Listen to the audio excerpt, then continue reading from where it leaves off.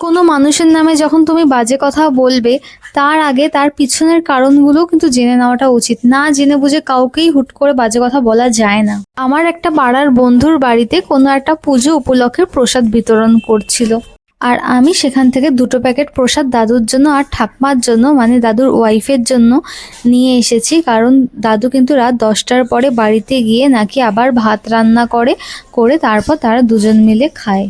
আর দাদুর থেকেই শুনেছি দাদুর যিনি ওয়াইফ তিনি একটু মানসিক ভারসাম্যহীন, মানে উনি সুস্থ না, তাই দাদুকেই সবকিছু করতে হয়। আবার দাদু কিন্তু ভোর 5টার সময় উঠে আবার ফুচকাও বানায়। তাই আমার মনে হয় যে দাদুর এই প্রসাদের খুব দরকার, কারণ এই প্রসাদটা যদি দাদু পায় দাদুর হয়তো একদিন খাটনি কিছুটা হলেও কম হবে। তাই আমি দাদুর জন্য এই প্রসাদটা নিয়ে গেছিলাম। আর এরকম যদি অন্য কোথাও প্রসাদ বিতরণ করে, আমি কিন্তু চেষ্টা করি দাদুর জন্য বা দাদুর মতন এরকম যাদের সত্যি প্রসাদের দরকার তাদের হাতে কোনো না কোনোভাবে পৌঁছে দেওয়ার। একজন ভদ্র মহিলা যিনি আমাদের পাড়াতেই থাকেন, তার হাজবেন্ড কিন্তু প্রসাদ বিতরণের দায়িত্বে ছিল। যেহেতু তার হাজবেন্ড প্রসাদ বিতরণের দায়িত্বে ছিল, তিনি মিনিমাম 7 থেকে 8 বার কি তারও বেশি প্রসাদ নিয়ে তার বাড়িতে গেছিল।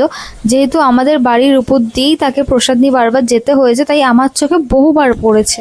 যিনি মহিলা তাকে আমাদের পাড়ার লোকরা এত ভালোভাবে চেনে, জানে পাড়াতে যদি কোথাও প্রসাদ বিতরণ হয় তাদের ফ্যামিলি এসে পুরো প্রসাদ ফাঁকা করে দেওয়ার দায়িত্বটা নিয়ে নেয়। সে আবার আমাকে বলছে যে কত লাগে প্রসাদ, একবার তো নিয়ে গেল আবার নিতে চলে আসলো, লাইনে দাঁড়িয়ে আছে। আর আমার মতন অনেকেই আছে যারা কিন্তু 2বার 3বার প্রসাদ নেয়। আমি তো মাত্র 2বার নিয়েছি, আর আমি কেন 2বার নিলাম প্রসাদ তার জন্যই কিন্তু এই ভিডিওটা করা, নয়তো এরকম ভিডিও করার আমার কোনো ইচ্ছাই ছিল না।